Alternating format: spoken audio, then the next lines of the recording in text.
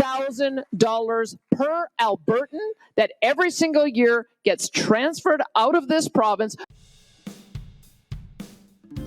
For those who doubt that Alberta will ever get independence, listen to this, and you might doubt it a little bit less. Now, Danielle Smith is not, she's not, an open supporter of Alberta independence. But just listen to this and ask yourself, how far away is it really? What we're talking about tonight is Ottawa over. Do you want to hear the answer? Ottawa overtaxing us. I mentioned that at the beginning of the evening, that our program costs are 70% of all tax dollars. We only collect 40%. Ottawa collects 60%, and then they use political means to transfer it. Alberta, year after year, has $20 to $25 billion that is siphoned out of our system to go to Ottawa so that it can be spent mostly in Quebec, but also in other places that vote Liberal. We have been watching this for years. $600 billion in the last 40 or 50 years that have been taken out of this province. You don't think we might be able to do a little bit more on social spending if those $20 to $25 billion stayed here? You don't think we'd be able to cut taxes a bit if those $20 to $25 billion stayed here? It is $5,000 per Albertan that every single year gets transferred out of this province for political reasons so that the Liberals can continue to spend it in places that vote Liberal. That is what is happening in the province and in the country. Thank you. Yeah. So the money goes to Liberals to bribe people to vote for them in Ontario, Quebec, and the Maritimes. That's where Alberta's money goes.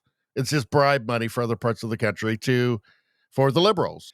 So, and there is a lot of anger in Alberta about pipelines as well, because all this money a lot of it's going to Quebec, and they are just absolutely steadfast in their eco-socialism that they're not going to let any pipelines through. And Carney has promised them that's not going to happen. Yet Alberta has to give them their money. They get nothing in return. Alberta gets nothing in return.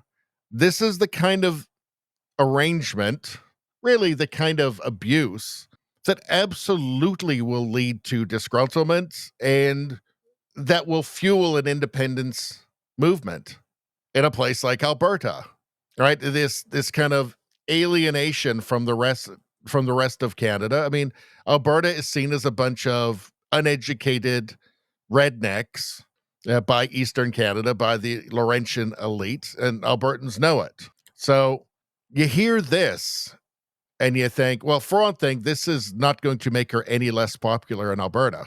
But you hear this, and that's a really powerful argument for Alberta independence. I mean, she's not arguing for that here, but it's a really powerful argument for it, isn't it? I don't think it could happen quickly, but I absolutely think it could happen. And yes, there'd be years of legal wrangling. I absolutely believe it could happen. This is how history works. Things go slow, and then very fast. People wake up, people are not paying attention, wake up, and the world is just different one morning.